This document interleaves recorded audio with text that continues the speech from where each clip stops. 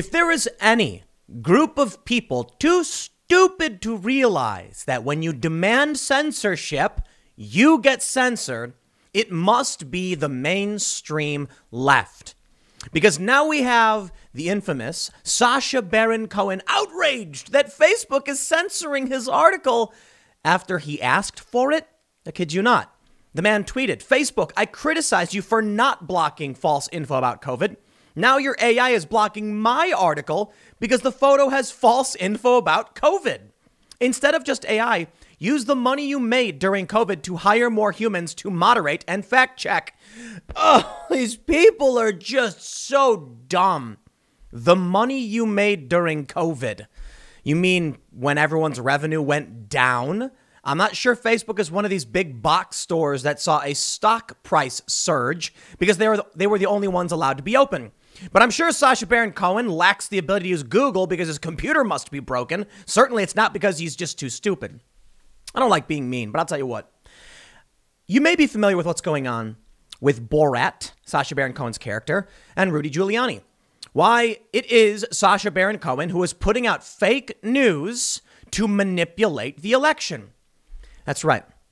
A video emerged of Rudy Giuliani appearing to take off a microphone and tuck his shirt in, and they used an editing technique, and I can break this down for you, and multiple angles to make it seem like Rudy Giuliani was trying to do something inappropriate with a young woman. Borat then jumps out in, I guess, drag, yelling, my 15-year-old daughter is too old for you. Take me instead. I got to be honest. Listen, I got no problem with pranking somebody.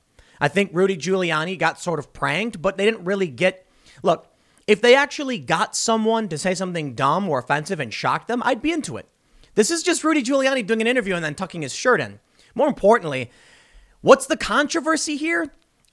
Two adults were in a room, and even if it was Rudy Giuliani trying to hook up with this chick, hey, more power to him. The old guy still got it, huh? There's nothing really here. But now Sacha Baron Cohen is putting out fake news, and he's pushing into it.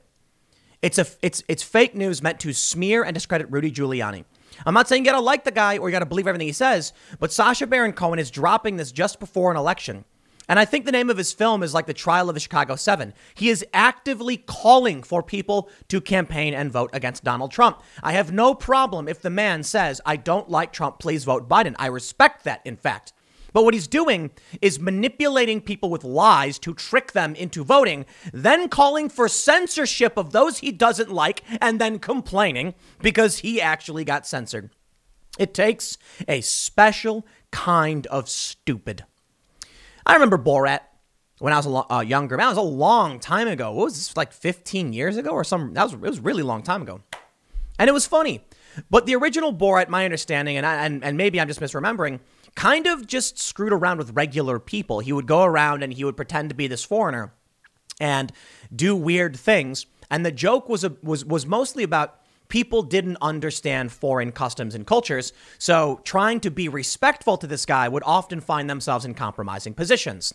Now, what Sacha Baron Cohen is doing is trying to put out smears, lies, and fake news in an effort to trick people into voting for Joe Biden or to discredit, insult, or just, make Trump supporters and Trump's allies look bad.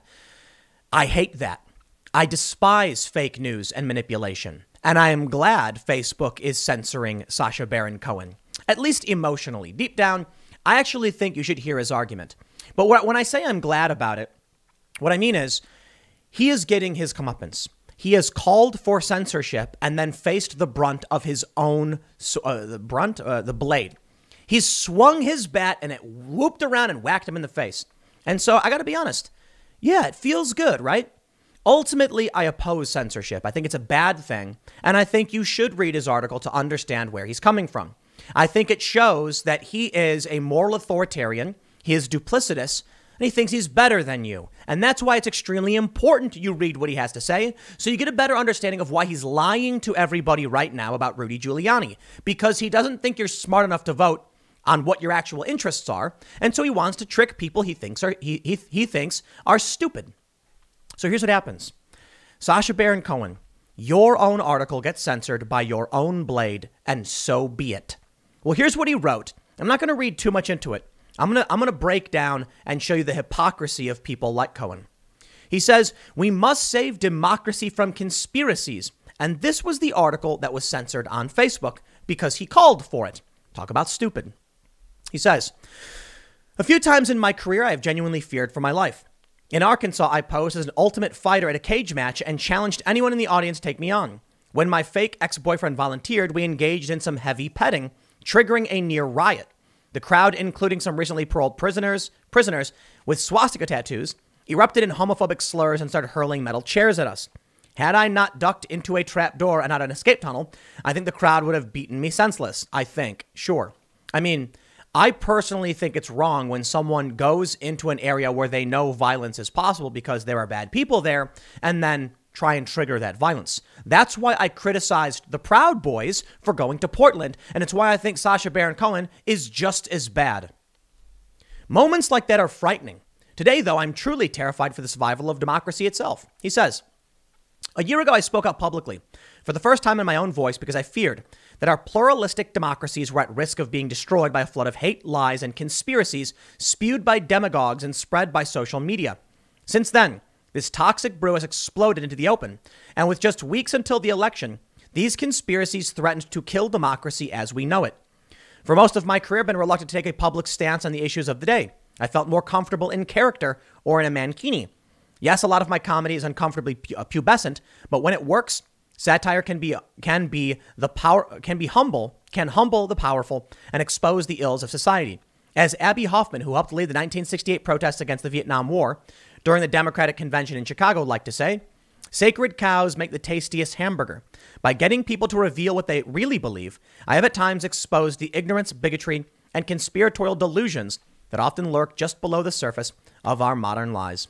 The reason I read this to you, it's important to hear the hypocrite in his own words, that conspiracies, lies, and demagogues, and then he comes out and pumps out this fake Rudy Giuliani garbage. So who are you criticizing? Have you ever looked in a mirror? Think about it. You called for censorship, Cohen, and then you got censored. Oh, no, but not me, I said. Well, too bad. You got what you wanted. I'm glad you did. I'm happy you get what you fought so hard for. You say, but people are pushing lies and conspiracies, and then you put out manipulated video to make Rudy Giuliani look bad. This is either, in my opinion, extreme ignorance or evil. Does he know that he's projecting? Does he know what he's really doing to the fabric of our society? And does he enjoy it? Probably. He thinks he's better than you. He thinks he's smarter than you. And even though he's the exact problem that he claims to be fighting, he's actually just making all of it worse. Look at this story from Daily Mail. Trump supporter makes a white power symbol behind the president during his rally in Florida. Yes, it was a guy giving the okay hand gesture, and that was it. You want to talk about lies and smears and deception and conspiracies? How about this one peddled by mainstream news outlets, including the Daily Mail? How about calling out the media and the lies they put out every single day? Are there crazy loons on social media that pump out crazy conspiracies? Yes. Has Donald Trump amplified crazy conspiracies? You betcha. I recently retweeted something about, SEAL Team 6 being secretly taken out or whatever. And the guy who literally killed Osama bin Laden was like, I know who I killed. Listen, sometimes conspiracies are true. That's why I think it's for a lot of people easy to believe. But Occam's razor. If you want to go on one of these stories, show me the evidence. Donald Trump didn't put out the evidence. He just retweeted this story. Fine, whatever. I prefer to err on the simple solution, right? Occam's razor would suggest. And although there have been things in history that have been proven conspiracies, I think it's problematic when anybody jumps on these ridiculous conspiracies. Left, right, up, down, whatever. The white power hand gesture, which doesn't mean anything. Donald Trump likes to make the okay sign when he talks. So Trump supporters started making the okay sign as like a symbol of supporting Trump. And then 4chan did a hoax. The media liked the hoax because it benefited them and it made Trump supporters look bad, and they rolled with it. And the likes of Sacha Baron Cohen and others are engaged in the exact same thing he claims to be fighting against. Have you noticed? the projection from the left. The right is not perfect, but I'll tell you what. When I can sit down with a Trump supporter and they will admit to me the faults of Donald Trump and then say exactly why it is they lean towards Joe Biden, I can respect that. When there are people who say Trump is perfect and scream MAGA and refuse to admit Trump's ever done anything wrong, I don't. Because any sane, rational person can look at things and say, oh, come on, nobody's perfect. I don't like the idea that Trump is always right or Trump is always wrong. But I'll tell you this. The people who believe Trump is always right are few and far between, and they are not in mainstream media. But the multi-billion-dollar multinational corporations and celebrities like Cohen are repeatedly pumping out duplicitous lies and hypocrisy, and they have massive institutional power.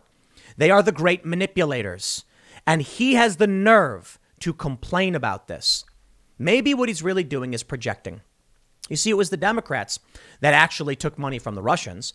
It was the Democrats that actually had some nefarious ties with Ukraine. It was the Democrats that were trying to sabotage Donald Trump's campaign as he was being inaugurated, as he was entering the presidency. And they accused Trump and the Republicans of doing all of those things. Of course, you can criticize the wingnuts on social media for having, crazy conspiracy opinions. But that's just the wingnuts. That's just the crazy people. What am I supposed to do about the massive corporations? And because of this, they will say I'm biased. Should I criticize the small fringe outlets with crazy ideas? Sure. Should I dedicate entire segments to these small channels? Why would I? They're irrelevant. More importantly, it's like you've got a bunch of these small outlets that are gaining prominence, that are a bit more conspiratorial, and they're gaining prominence because no one trusts the media anymore. Why? Because of you, Sacha Baron Cohen. Because you are the one who put out the complete BS on Rudy Giuliani as he was tucking his shirt in. It's very obvious he's tucking his shirt in. And then lied, rolled with the lie, and tried to use that for political power. You see, you are a celebrity. You are very wealthy. And you are lying to people. And to many, it's obvious. How is it that we've ended up with many people who are liberal voting for Donald Trump? How did you get Johnny Rotten, a punk rock legend who voted for Clinton in 2016 to switch for Trump? It's partly things like this. Earlier today, Shoe on Head, who you may be familiar with, tweeted, "Where's our disaffected conservative to agree with everything we say?" And some people responded, "We need a leftist Tim Pool," something like that. And so my response was, have you not realized that there is no great movement from right to left? In fact, everything these people do, be it the Antifa, Black Lives Matter, general progressives, resistance Democrats, and their celebrity cronies, that these people are pushing regular people away. How do you get an independent left-leaning individual who worked for Vice to announce now in 2020 that he'd be voting for Donald Trump? I'll tell you, you keep doing things like this. If only Sacha Baron Cohen was honest about it. If only he actually poked fun at both the Democrats and the Republicans. I encourage you all to actually go to see Jonathan Pye. I don't know if he's still doing a comedy tour. I mean, COVID kind of slowed everything, shut everything down. And Joe Rogan. Joe Rogan, I went to his show a couple of years ago. I think it was a couple of years ago, maybe a year and a half ago. And he poked fun at Democrats and Republicans. It was fantastic. He knew how to say nobody's perfect. And I think that's why so many people really like his show. And it's why he's the biggest podcast in the world, partly. He's a regular guy. And he's like, some of these, y'all are crazy. He'll rag on Trump all day, and he'll rag on Joe Biden all day, too. And he'll point out what we all think, that even if you don't like Donald Trump, Joe Biden ain't all with it. And that's just what we've all been seeing. We've all been thinking. It's honesty. I'll tell you what makes me angry.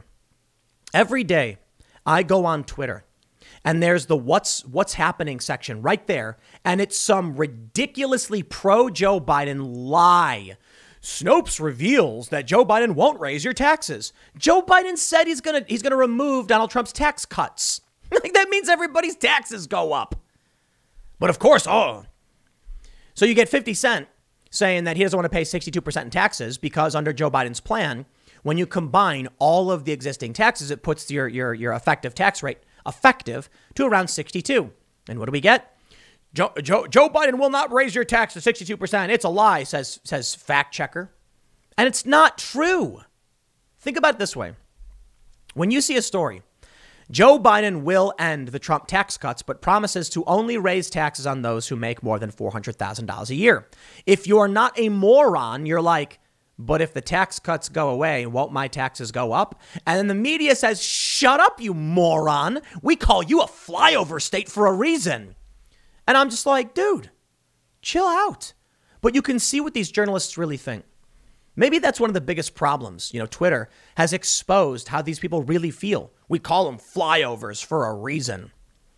Because these people, they're just not smart enough to understand what's going on around them. I'll tell you what. The next segment I'm working on for 4 is going to be about like the election and polls and votes and early ballots and all that stuff. And I was watching this video from 538. For those that aren't familiar, 538 is Nate Silver. They do predictions and forecasting. And they said Donald Trump has only a 13 in 100 chance of winning. In our simulations, that's what came up. In it, this guy is like, take a look at our new interactive. And he says it's going to be really hard to know who wins on election night because some states are not going to give the results on election night, notably Pennsylvania, Ohio, and Wisconsin, and Michigan. And I was like, wait.